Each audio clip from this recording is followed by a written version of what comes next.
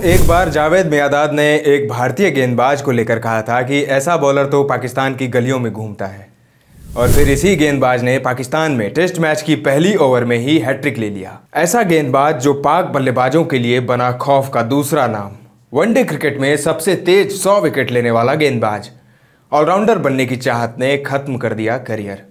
दोस्तों, एक कहावत है, जहां चाह वहां राह, यानी बिना चाहे कुछ मिल नहीं सकता। लेकिन क्रिकेट में कभी कभी ये भारी पड़ सकती है। कभी कभी ये चाहत खिलाड़ी के पूरे करियर को डुबो देती है।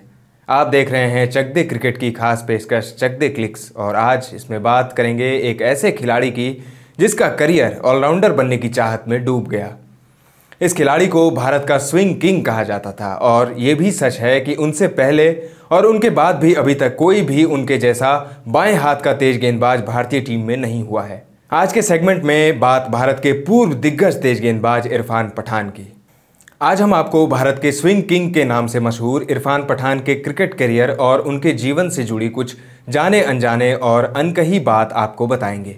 ये भी बताएंगे कि आखिर किस चाहत ने इतने शानदार स्विंग गेंदबाज के करियर को ख़त्म कर दिया। इरफान पठान का जन्म 27 अक्टूबर को बड़ोदरा, गुजरात में हुआ था। उनके पिता का नाम महमूद खान पठान और माता का नाम संबी बानू पठान है। साधारण परिवार में पैदा हुए इरफान पठान अपने बड़े भाई यूसुफ पठान के साथ एक मस्जिद में पले बढ़े, क्योंकि उनके पिता वहां काम करते थे। इरफान के पिता चाहते थे कि वो एक इस्लामी विद्वान बने, लेकिन दोनों भाइयों को क्रिकेट में बहुत दिलचस्पी थी। क्रिकेट में रुचि इतनी थी कि दोनों मस्जिद के मैदान में ही अभ्यास करते थे, और यहीं इरफान पठान ने अपने गेंदबाजी कौशल को पहचाना और विकसित करना शुरू कर दिया।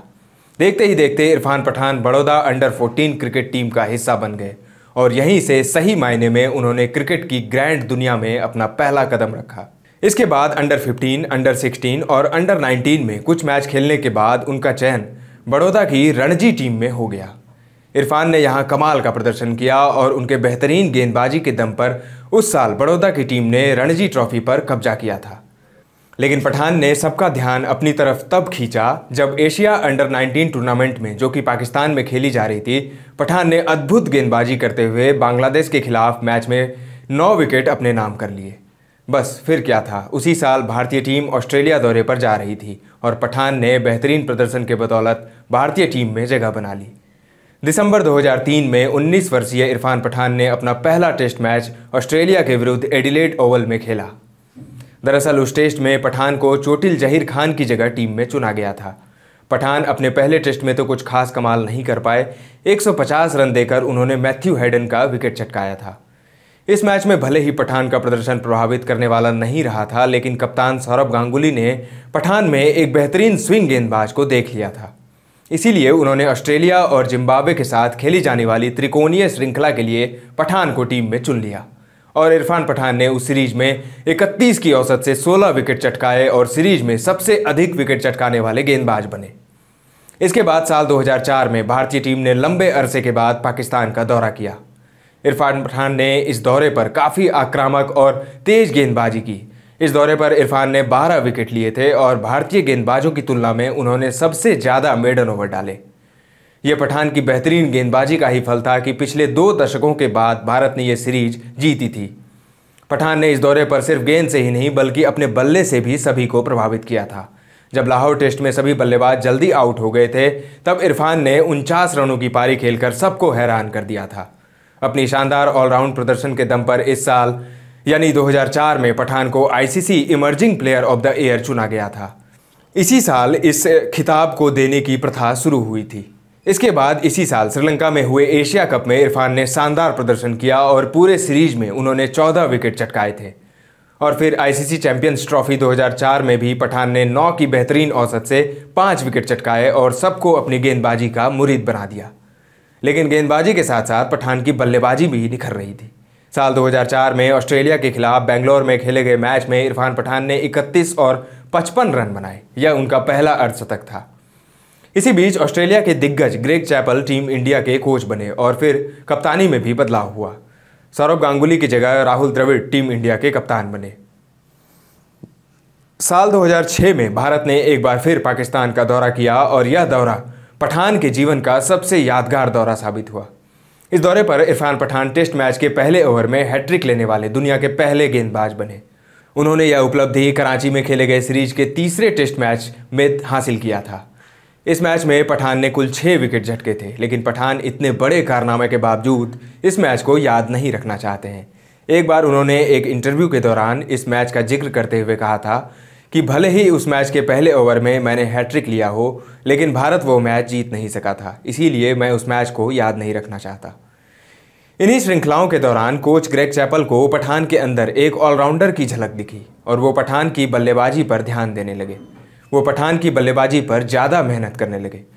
पठान भी रन बना रहे थे और लोगों को अब पठान के अंदर कपिल देव की झलक दिखने लगी थी। इरफान पठान के अंदर भी अब कपिल देव की तरह ज़बरदस्त ऑलराउंडर बनने की चाहत ने जन्म ले लिया। लेकिन इरफान पठान की यही चाहत उनके क्रिकेट करियर की सबसे बड़ी भूल साबित हुई। अब इरफान को बल्लेबाजी में भी प्रमोट किया जाने लगा और उस दौरान वो भी गेंदबाजी से ज़्यादा अपनी बल्लेबाजी पर ध्यान देने लगे।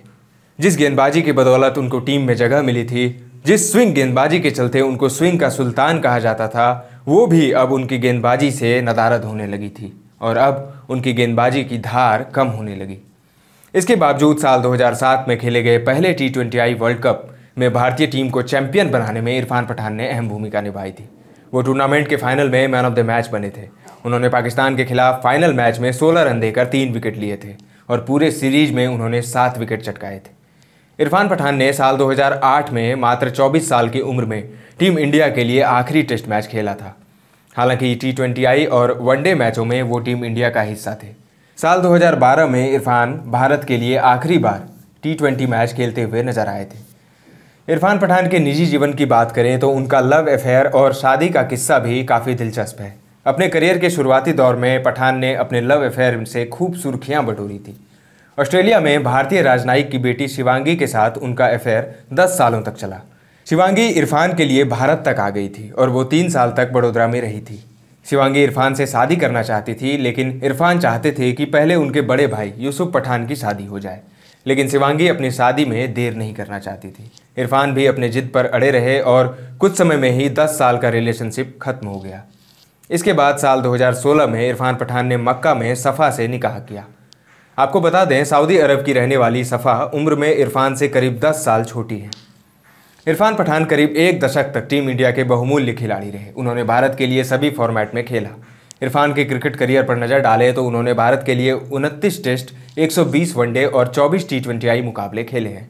इरफान के नाम कुल 100 टेस्ट विकेट, 173 वनडे और 28 T20I विकेट दर्ज हैं। इरफान के नाम टेस्ट क्रिकेट में 1105 रन, वनडे में 1544 रन और T20I में 172 रन दर्ज हैं। संन्यास का ऐलान करते हुए पठान संतुष्ट नहीं दिखे थे। वो भारत के लिए और मैच खेलना चाहते थे।